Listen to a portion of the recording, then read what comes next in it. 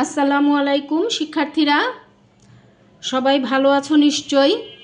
আজকে আমরা ষষ্ঠ শ্রেণীর বাংলা প্রথম পত্র বই থেকে শওকত উসমান রচিত তোলপাড় গল্পটি পড়ব। এখানে আমরা সুন্দর একটা ছবি দেখতে পাচ্ছি। ছবিতে দেখা যাচ্ছে এই পাশে মিলিটারিরা পড়ে যাচ্ছে আর এদিক থেকে মুক্তিযোদ্ধারা গুলি ছুটছে। তাহলে এই যে তোলপাড়, এটা কিসের তোলপাড়? নিশ্চয়ই 1971 সালের মুক্তিযুদ্ধের তোলপাড়। আসো আমরা গল্পটি পড়ি। গল্পটি আমরা সহজ সরল ভাষায় ব্যাখ্যা বিশ্লেষণ করে পড়ব, যাতে তোমরা সহজেই বুঝতে পারো। একদিন বিকেলে হন্তদন্ত সাবু বাড়ির উঠান থেকে মা মা চিৎকার দিতে দিতে ঘরে ঢুকলো। একদিন বিকেলবেলার কথা। হন্তদন্ত মানে খুব তড়িঘড়ি করে। সাবু একটা ছেলের নাম। সে বাড়ির উঠান থেকে মা মা করে চিৎকার করতে করতে ঘরে ঢুকলো। জৈতুন বিবি হক চকিয়ে যায়। জৈতুন বিবি সাবুর মা। সে ছেলের এমন চিৎকারে হতভম্ব, হক চকিয়ে যায় মানে হতভম্ব হয়ে যায়।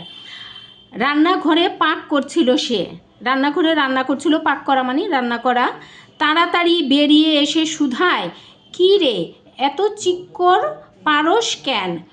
তাড়াতাড়ি রান্নাঘর থেকে শুধায় মানে জিজ্ঞেস করে।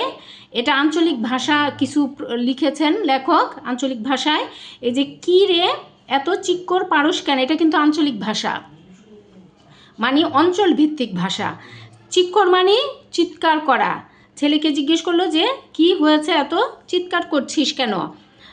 মা, ঢাকা শহরে গুলি কইরা মানুষ মারছে। ছেলে বলল, মাকে বলছে আর কি, যে ঢাকা শহরে গুলি করে মানুষ মারছে, এজন্যই তার চিৎকার করছে সে। মা আবার জিজ্ঞেস করলো, কে মারছে? পাঞ্জাবি মিলিটারি। ছেলে বলল যে পাঞ্জাবি মিলিটারিরা মারছে। দেখা যায় সাবু খুব উত্তেজিত। মুখ দিয়ে কথা তাড়াতাড়ি বের করে দিতে চাইলেও পারে না, কারণ শরীর থরথর করে কাঁপছে, হাতের মুঠি বারবার শক্ত হয়। যে এই কথাগুলো কিন্তু লেখকের নিজের, আর এগুলো হচ্ছে চরিত্র ভিত্তিক কথা আঞ্চলিক ভাষায়। যে সাবু খুব উত্তেজিত মানে উত্তেজিত হয়ে গিয়েছে, আর তার মুখ দিয়ে কথা সে তাড়াতাড়ি বলতে চাইলেও বলতে পারছে না, তোতলাচ্ছে, কারণ শরীরও থরথর করে কাঁপছে, হাতের মুঠি যেন বারবার শক্ত হয়ে যাচ্ছে। মা একজন দুজন না, হাজার হাজার মানুষ মারছে। ছেলে আবার বলল যে মা একজন দুজন মানুষ কিন্তু মারে নাই, অনেক হাজার হাজার মানুষ মেরে ফেলছে তারা। কষ কি হাজার হাজার? মা আবার বলল যে কি কথা, হাজার হাজার লোক মারলো? সব মানুষ শহর ছাইরা চইলা আইতেছে। বলছে শহর থেকে সব মানুষ চলে আসছে, যে শহরের লোকজন মেরে ফেলছে এই জন্য। ঢাকা শহর থেকে 50 মাইল দূরবর্তী গাবতলী গ্রাম। ঢাকা থেকে গাবতলী গ্রামের দূরত্ব 50 মাইল। এই গাবতলী গ্রাম হচ্ছে সাবুদের গ্রামের নাম। কিন্তু যাতায়াতের সুবিধা নেই, যাওয়া আসার খুব একটা সুবিধা নেই, তাই সব খবরই 2 দিন বাদে এসে পৌঁছায়। যেহেতু যাতায়াতের সুবিধা নাই, মানে গাড়ি ঘোড়া সেরকম গাড়ি চলে না, এই জন্য 2 দিন খবর ঢাকা থেকে এসে খবর পৌঁছায় কোথায়? গাবতলী গ্রামে। এবার কিন্তু তার ব্যতিক্রম ঘটেছে। এবার কিন্তু সেরকম হয়নি। পরদিনই পাওয়া গেছে সব খবর, পরের দিনই সব খবর পাওয়া গেছে, কারণ এটা একটা দুর্দিন ছিল। যারা জওয়ান তারা সোজা হেঁটে হেঁটে বাড়ি পৌঁছেছে, গাড়ি ঘোড়া নাই। যারা বয়স তরুণ তারা হেঁটেই বাড়ি পৌঁছে গেছে এই 50 মাইল পথ। তাই খবর ছড়িয়ে পড়তে দেরি হয়নি। 25শে মার্চের রাত্রে পাঞ্জাবি মিলিটারি ঝাঁপিয়ে পড়ে। 25 মার্চের কালো রাত আমরা যেটাকে জানি, সেই রাত্রে কি হয়েছিল? পাকিস্তানি পাঞ্জাবি মিলিটারিরা ঝাঁপিয়ে পড়ে। কোথায় ঝাঁপিয়ে পড়ে? বাঙালিদের উপর, ঘুমন্ত বাঙালির উপর রাতের অন্ধকারে ঝাঁপিয়ে পড়েছিল। জীবন্ত যাকে পাচ্ছে তাকেই হত্যা করছে। এটা এই 25শে মার্চের কালো রাতের কথা। পরদিন সাবুর সামনে গোটা শহর যেন হুমড়ি খেয়ে পড়ল। তাদের বাড়ির পাশ দিয়ে গেছে জেলা বোর্ডের সড়ক। পরের দিন সাবু যেন দেখলো যে তাদের বাড়ির সামনে দিয়ে সারা শহরের লোকজন যেন ভিড় করছে, আর কি হুমড়ি খেয়ে পড়ছে। ভিড় করছে মানে ওই রাস্তা দিয়ে যাচ্ছে। তাদের বাড়ির পাশ দিয়ে ছিল জেলা বোর্ডের সড়ক। সড়ক মানে হচ্ছে রাস্তা, জেলা বোর্ডের বড় রাস্তা। সেই পথে মানুষ আসতে লাগলো, একজন দুজন নয়, হাজার হাজার। বলছে একজন দুজন মানুষ আসছিল না, অনেক হাজার হাজার লোক আসছিল। একদম পিলপিল পিঁপড়ের শাড়ি। গাবতলী গ্রাম তাদের গন্তব্য নয়, একেবারে পিলপিল করে পিঁপড়া যেমন শাড়ি বেঁধে আসে সেরকম শাড়ি বেঁধে লোকজন আসছিল ঢাকা শহর থেকে। বলছে সাবুদের গ্রামের নাম তো গাবতলী, কিন্তু গাবতলী গ্রামে তারা আসে নাই, আরও দূরে যাবে তারা। বলছে আরও দূরে কোথাও যাবে, কেউ কুমিল্লা, কেউ নোয়াখালী, কেউ ময়মনসিংহ, একদম গারো পাহাড়ের কাছাকাছি, আরও নানা এলাকায়। সাবুদের গ্রামের রাস্তা দিয়ে তারা যাচ্ছে। কোথায় কোথায় যাবে? কুমিল্লা, নোয়াখালী, ময়মনসিংহ, অথবা গারো পাহাড়, অথবা আরও অনেক দূরে তারা পালিয়ে যাচ্ছে। দারুণ রৌদ্রুর মাথার উপরে। বলছে খুব কড়া রোদ আর ভিড় হচ্ছে মানুষের জন্য। নিঃশ্বাসে নিঃশ্বাসে তাপ বাড়ে, প্রচণ্ড গরম হলে নিঃশ্বাসে গরম লাগে না, তাপ বাড়ে, সেটা বলছে। হাঁটার জন্য ক্লান্তি বাড়ে। সব মিলিয়ে জওয়ান মানুষেরাই খাচ্ছে। হাঁটার জন্য ক্লান্তি বাড়ে, সব মিলিয়ে জওয়ান মানুষেরাই খাচ্ছে। মেয়ে, শিশু এবং বেশি বয়সীদের তো কথাই নেই। বলছে হাঁটতে হাঁটতে তারা যেন ক্লান্ত হয়ে গেছে। সব মিলিয়ে জওয়ান মানুষ, তরুণ যারা, তারাই একেবারে ক্লান্ত হয়ে যাচ্ছে। আর মেয়ে আছে, শিশু আছে, বেশি বয়সী যারা, তাদের তো বলছে তাদের তো আর কোনো কথাই নেই, মানে তাদের করুণ অবস্থা। ক্ষুধার কথা চুলোয় যাক, পিয়াসে ছাতি ফেটে 2-3 জন রাস্তার ধারেই শেষ হয়ে গেল। বলছে ক্ষুধার কথা তো বলাই বাহুল্য, পানি পিপাসাই 2-4 জন, 2-3 বলছে, 2-4 জন না, কিন্তু আমি ইচ্ছে করে 2-4 বলছি, তো 2-3 জন রাস্তার ধারেই শেষ হয়ে গেল। জৈতুন বিবি মুড়ি ভেজে দিয়েছিল খুব ভোর উঠে। বলছে খুব সকালবেলা উঠে জৈতুন বিবি, সাবুর মা, মুড়ি ভেজে দিয়েছিল। সাবু চাঙারি বোঝাই করে মুড়ি এনে ওদের খাইয়েছে। চাঙারি হচ্ছে ঝুড়ি, বড় ঝুড়ি, বেতের ঝুড়ি। নিজেরা কিভাবে চলবে সে কথা ভাবেনি। মুড়ি শেষ হলে সে পানি জোগানোর কাজে এগিয়ে গেছে। বলছে মুড়ি 2-1 মুঠ করে মুড়ি সবাই খেয়েছে, আর মুড়ি শেষ হয়ে গেলে সে তাদের পানিও খাইয়েছে। এক পৌর নারীকে দেখে সে অবাক হয়ে তার দিকে তাকিয়েছিল। পৌর অর্থ বয়স্ক, এক বয়স্ক মহিলাকে দেখে সাবু অবাক হয়ে তাকিয়েছিল। 50-এর বেশি বয়স, পৌরর বয়স কত? 50-এর বেশি। কিন্তু কি ফর্সা চেহারা, সে খুব ফর্সা ছিল, যেন কোনো ধলাপরি। এটা সাবুর ভাষায় কথা, যে ধলাপরির মতো, সাদা পরি। ধলা শব্দের অর্থ সাদা। মুখ দেখে বোঝা যায় অনেক হেঁটেছেন, অথচ তার জীবনে হাঁটার অভ্যাস নেই। সাবুর কাছে এসে দাঁড়িয়েছিলেন তিনি। বলছেন তার মুখ দেখে বোঝা যাচ্ছে যে সে অনেক হেঁটেছে, কিন্তু তার হাঁটার অভ্যাস ছিল না। সাবুর কাছে এসে তিনি দাঁড়ালেন।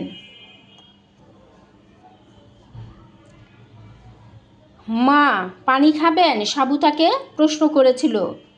দাও বাবা। পৌর নারী মুখ খুললেন, গ্লাস আবার ধুয়ে জালা থেকে পানি এগিয়ে দিলেন সাবু। বলছে জালা হচ্ছে পানির পাত্র থেকে, সাবু পানি এগিয়ে দিলেন, গ্লাসটা সুন্দর করে ধুয়ে। খালি গা, পরনে হাফ প্যান্ট, তাও ময়লা। কার এটা? সাবুর। খালি গা ছিল আর পরনে ছিল হাফ প্যান্ট, তাও ময়লা। বড় লজ্জা লাগে সাবুর।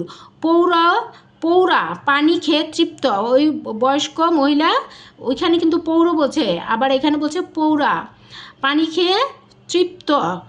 হাতে চামড়ার উপর নকশা আঁকা ব্যাগ থেকে রুমাল বের করে মুখ মুছলেন। তারপর একটা 5 টাকার নোট সাবুর দিকে এগিয়ে দিয়ে বললেন, বাবা তুমি কিছু কিনে খেও। এই যে কয় টাকার নোট? 5 টাকার নোট। এগুলো কিন্তু একটু খেয়াল রেখে পড়তে হবে। এ কি? না না নাও বাবা। সাবু বলছিল যে এ কি? না না। আবার পৌর মহিলাও ভদ্রমহিলা বললেন যে নাও বাবা। মাফ করবেন, টাকা নিলে আমারে মা বাড়ি থাইক্যা বাইর কইরা দিব। আমারে কইয়া দিছে শহরে কত গণ্যমান্য মানুষ যাইব রাস্তা দিয়া, পয়সা দিলে নিবি না, খবরদার।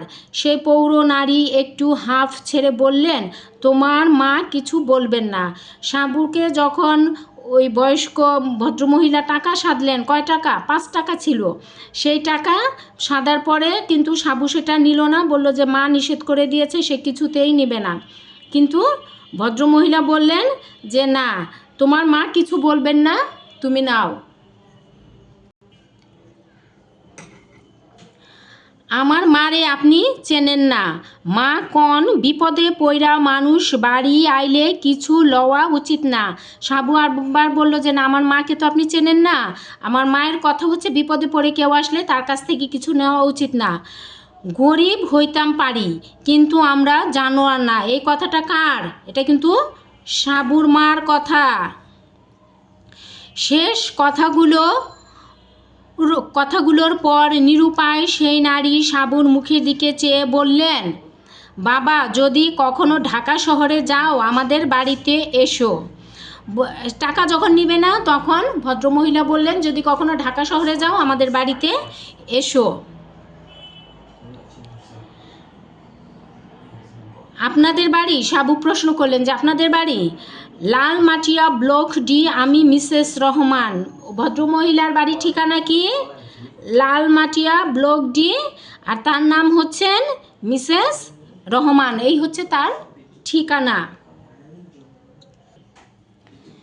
মিসেস রহমান আবার রাস্তা ধরলেন, মানে ভদ্রমহিলা আবার হাঁটতে শুরু করলেন। সাবু বুঝতে পারে এই গরমে হাঁটার পক্ষে মোটা শরীর আদৌ আরামের নয়।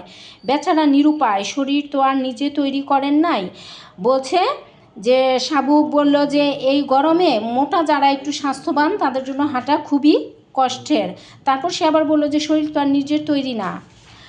তিনি নিমেষে ভিড়ে মিশে গেলেন। কে মিশে গেলেন? মিসেস রহমান। ভিড় নয়, স্রোত। বলছে ভিড়ও না, স্রোত, মানুষের স্রোত। শহর থেকে যে শুধু গণ্যমান্য মানুষ আসছে তা নয়, সাধারণ মজুর মিস্ত্রিরা পর্যন্ত আসছে। সাবু ভাবে, তাহলে শহরেও গরিব আছে যারা তাদের মতোই কোনো রকমে দিন কাটায়। সাবু বলছে যে শুধু ধনীরা আসছে না, শহরে যে গরিব দিনমজুর আছে, মিস্ত্রি আছে, তারাও আসছে। তখন সাবু ভাবলো যে শহরে কি তাদের মতো গরিবরা আছে যারা কোনো রকম দিন কাটায়, তাদেরই মতো যাদের ঠিক মতো বিশ্রাম জোটে না, আহার জোটে না, কাপড় জোটে না। বলছে সাবুদের মতোই যাদের বিশ্রাম নাই, সময় মতো খাবার নাই, কাপড় নাই। এই সময় সাবুর আরও মনে হয় একবার শহর দেখে এলে হতো। সাবুর তখন হঠাৎ মনে হলো যে একবার শহরে গেলে হতো। লোক তো শহর পর্যন্ত আছেই। বলছে যে লোক তো শহর পর্যন্ত আছেই, তো একবার যাওয়া উচিত। এই জনস্রোত ধরে উজানে ঠেলে গেলেই সেখানে পৌঁছে যাবে। বলছে এই যে শহর থেকে যে জনস্রোত আসছে, এদের ঠেলে মানে এদের পথ ধরে এগিয়ে গেলেই তো শহরে পৌঁছানো যাবে, কিন্তু তার সাহস হয় না, অনেক দূর তো। একদিন তাদের গ্রামের পাশ দিয়ে গেল 8-9 জনের একটি পরিবার। একদিন 8-9 জনের একটা ফ্যামিলি তাদের বাড়ির রাস্তা দিয়ে গেল। সম্ভ্রান্ত জন তারা। বলছে ভদ্র পরিবার তারা। 70 বছরের বুড়ো তাদের সঙ্গে, 70 বছর বয়স্ী একজন লোক ছিল তাদের সাথে। 3টি মাঝ বয়সী মেয়ে। মাঝ বয়সী হচ্ছে 3 জন, 30 থেকে 40-এর মধ্যে বয়স, তাদের মাঝ বয়সী বলা হয়েছে। তাকে ধরে ধরে আনছে। কাকে ধরে আনছে? যার 70 বছর বয়স তাকে। কারা ধরে আনছে? এই যে মাঝ বয়সী 3 জন মেয়ে, 30 থেকে 40 বছর যাদের বয়স, সঙ্গে আরও 5-6টি কুচো ছেলে মেয়ে। কুচো ছেলে মেয়ে মানে ছোট ছোট ছেলে মেয়ে। কেউ 8 বছরের বেশি না, এই জন্য কিন্তু কুচো বলা হয়েছে। আমরা কুচো চিংড়ি বলি না ছোট চিংড়িকে, সেজন্য বলা হয়েছে কুচো ছেলে মেয়ে। তাদের বাচ্চাদের বয়স কারো 8 বছরের বেশি না। তারা কয়জন? 5-6 জন। আর আছে লুঙ্গি পরা হাফ শার্ট পরিহিত জওয়ান একজন, আরেকজন আছে হাফ শার্ট পরা লুঙ্গি পরিহিত একজন ভদ্রলোক। তার চেহারা জানান দেয় বাড়ির চাকর। বলছে তার চেহারা দেখে বোঝা যাচ্ছে যে সে বাড়ির চাকর।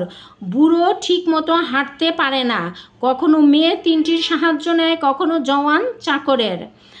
5-6টি কুচো ছেলে মেয়েদের খবরদারিও সহজ নয়, কাজেই এই কাফেলা রীতিমতো নাজেহাল। বলছে এরা একেবারে খুব কষ্টে আসছে। আকাশে তেমনি কাঠ ফাটা রোদ, তেমনি রোদ গরম।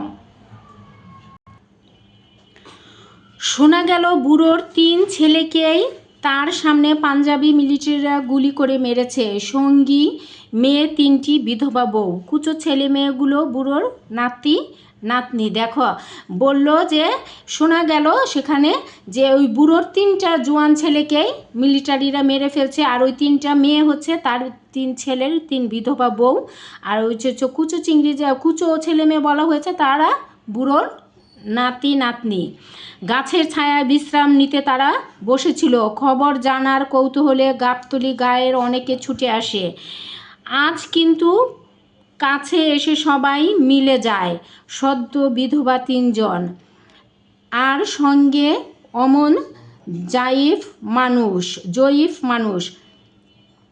কেউ মিলিটারির জুলুমের খবর জানবার জন্য আগ্রহ দেখায় না, বরং কিভাবে এদের সাহায্য করতে পারে তাই জিজ্ঞাসা করে। বলছে তারা গাছের ছায়ায় বসছিল, তখন গাবতলী গায়ের লোকেরা ছুটে আসে তাদের কাছে।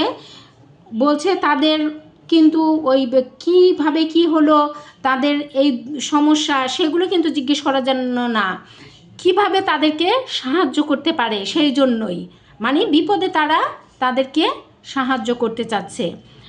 পিয়াসে সকলেই অস্থির ছিল। পিয়াসে মানে হচ্ছে পিপাসায়। কে একজন তাড়াতাড়ি ছোট কলস আর গ্লাস নিয়ে এলো। কেউ একজন দৌড়ে যেয়ে ছোট কলস আর গ্লাস নিয়ে এলো। কিন্তু এই সামান্য আতিথেয়তায় কেউ সন্তুষ্ট নয়। বলছে কিন্তু এই সামান্য পানি খেয়ে তারা সন্তুষ্ট নয়। সাবু নিজেও ভেবে পায় না কিভাবে উপকার করবে। যারা উপকার করতে আসছে তারা সন্তুষ্ট নয়। সাবু নিজেও ভেবে পেল না যে কিভাবে তাদের উপকার করবে। আগে 5-4 মাস খাটতে কি বিরক্ত লাগতো, আর এখন কিছু করতে না পারলে অস্বস্তি হচ্ছে ওই বিরক্তিরই আরেকটা রূপ, আরেকটা প্রতিশব্দ। বলছে আগে টুকিটাকি কাজ করতে সাবুর বিরক্ত লাগতো, এখন করতে কাউকে সাহায্য করতে না পারলে তার বিরক্ত লাগছে, অস্বস্তি লাগছে। বুড়ো ভদ্রলোক রাজি ছিল না, তবু কয়েকজন উপযাজক হয়ে বিভিন্ন ভার নিল। সাবুও বাদ গেল না। বুড়ো ভদ্রলোক রাজি ছিল না তাদের এই সাহায্যের, কিন্তু কয়েকজন স্বেচ্ছায় তাদের সাহায্য করতে চাইল। সাবু গেল তাদের দলে। সে একটা কচি ছেলেকে কোলে তুলে নিল 2 মাইল দূরে নদীর ঘাট। সবাই মিলে পালা করে কাঁধে নিয়ে বুড়ো মানুষটিকে নদীর ঘাট পর্যন্ত দিয়ে আসবে, তারপর নৌকায় তুলে দিবে। বলছে সবাই বুড়োকে কাঁধে করে পালা করে নৌকার ঘাট পর্যন্ত 2 মাইল পথ এগিয়ে দিবে, এই তাদের মধ্যে কথা হলো। সাবুর কোলে গোল গাল বাচ্চাটা, বছর 3 বয়স, বেশ ভারী, কিন্তু ক্লান্তি নেই সাবুর। বলছে সাবু যাকে কোলে নিয়েছে তার বয়স 3 বছর, বেশ ভারী আর কি, ওজন ভালোই, কিন্তু সাবু ক্লান্ত হচ্ছে না। মাঝে মাঝে অন্য কেউ তার বোঝা হালকা করতে চাইলে সে বলে আর একটু আগাইয়া দেই। মাঝে মাঝে কেউ তার কোল থেকে বাচ্চা নিতে চাইলে সে বলছে আর একটু এগিয়ে দিয়ে আসি। বৃদ্ধ আশেপাশের বাহকদের বলে তোমরাই আমার ছেলে বাবা, এই গরমে তোমরা ছাড়া কি আর অমন সাহায্য করতো, ছেলে আর কোথায় পাবো। বৃদ্ধ আশেপাশে সবাইকে বলে যে তোমরাই আমার ছেলে, আমার তো আর এখন ছেলে নাই। কথা শেষ হয় না, ফুপানির শব্দ ওঠে।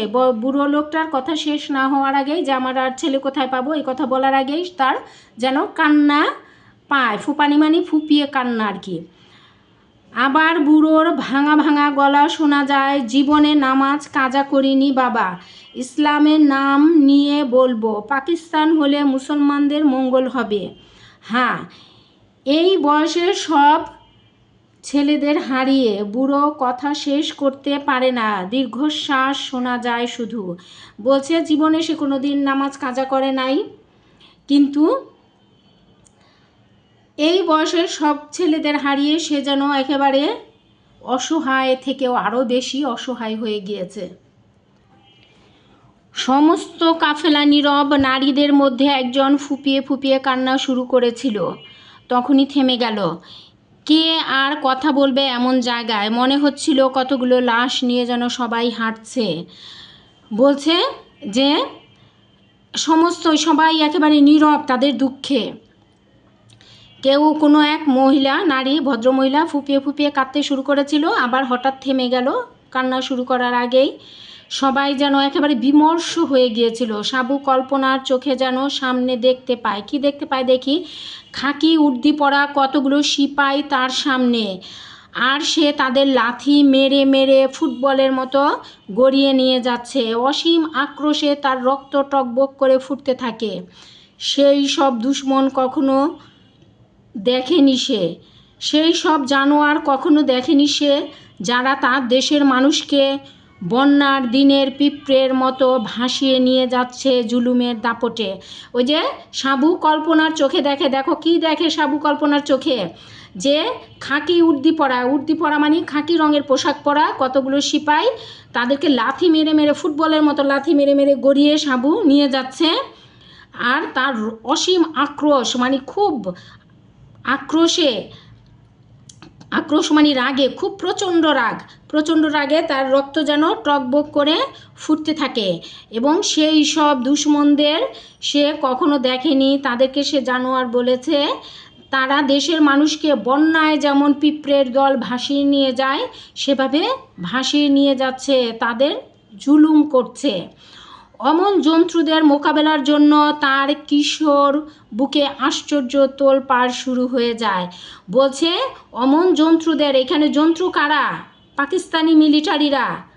তাদেরকে এইভাবে অত্যাচারের প্রতিশোধ নেওয়ার জন্য তার ভিতরে যেন এক ধরনের তোলপাড় মানে যুদ্ধ শুরু হয়েছে, সব ওলটপালট হয়ে যাচ্ছে তার ভিতরে। এই হচ্ছে আমাদের গল্পের তোলপাড় নামকরণ। শেষ হলো আমাদের গল্প পাঠ। এবার আমরা শব্দার্থগুলো একটু পড়ব। শব্দার্থ অনেক সময় বহু নির্বাচনীতে আসে প্রায় সময়ই আসে। চিক্কর অর্থ চিৎকার, উচ্চ স্বরে কান্না। পাঞ্জাবি মিলিটারি, পাকিস্তানের পাঞ্জাব রেজিমেন্টের সৈনিক। পাকিস্তানি অন্যান্য সৈন্যদের সঙ্গে এরাও পূর্ব বাংলার নিরস্ত্র জনগণের উপর নির্মম হত্যাকাণ্ড চালিয়েছিল। 25শে মার্চ 1971 সালের 25 মার্চ এই তারিখের কালো রাতে পাকিস্তানি বাহিনী বাঙালিদের উপর অতর্কিত আক্রমণ শুরু করে। হঠাৎই আক্রমণ শুরু করে আর কি, অতর্কিত মানে হঠাৎ। গারো পাহাড়, বাংলাদেশের ময়মনসিংহ অঞ্চল থেকে উত্তরে ভারতের মেঘালয় রাজ্য পর্যন্ত বিস্তৃত পার্বত্য এলাকা, এটা হচ্ছে গারো পাহাড়। পৌর অর্থ হচ্ছে প্রবীণ, যৌবন ও বার্ধক্যের মাঝামাঝি বয়স, মাঝবয়সী। বলা হয়েছে মিসেস রহমানের বয়স 50-এর বেশি আর কি। খাবি খাওয়া, বিপদে পড়ে নিতান্ত নিরুপায় বোধ করা, মরণাপন্ন হওয়া, অসহায় বোধ করা। চাঙ্গারি, বাঁশের তৈরি ডালা, ঝুড়ি বা টুকরি। নিমেষে অর্থ চোখের পলকে। কাফেলা, সারি বেঁধে চলা পথিকের দল। জ্বালা অর্থ মাটির তৈরি পেট মোটা বড় পাত্র। নাজেহাল, হয়রান পেরেশান জব্দ। জয়ীফ, দুর্বল হীনবল বৃদ্ধ জরাজীর্ণ। অস্বস্তি অর্থ অস্বস্তি মনের অশান্তি। কুচো ছেলেমেয়ে অর্থ ছোট ছোট ছেলেমেয়ে। উপযাচক অর্থ যে যেচে বা স্ব উদ্যোগী হয়ে কিছু করে। উর্দি, সৈনিকদের জন্য নির্ধারিত পোশাক। শেষ করছি আমাদের আজকের ক্লাস। আশা করি সবাই ভালো বুঝতে পেরেছ। বারবার প্র্যাকটিস করবে, পড়বে, বুঝতে পারবে অবশ্যই। আর এই পড়া যদি ভালো করে পড়া হয়, রিডিংটা যদি ভালো করে তোমরা পড়তে পারো, সৃজনশীল প্রশ্নের উত্তর বলো, বহু নির্বাচনী উত্তর বলো, কোনোটাই দেওয়া কিন্তু খুব কঠিন হবে না। ধন্যবাদ সবাইকে। সবাই সহজে পড়া শিখিকে সাবস্ক্রাইব করো, নতুন যারা আছো বন্ধুদের শেয়ার করো। আসসালামু আলাইকুম।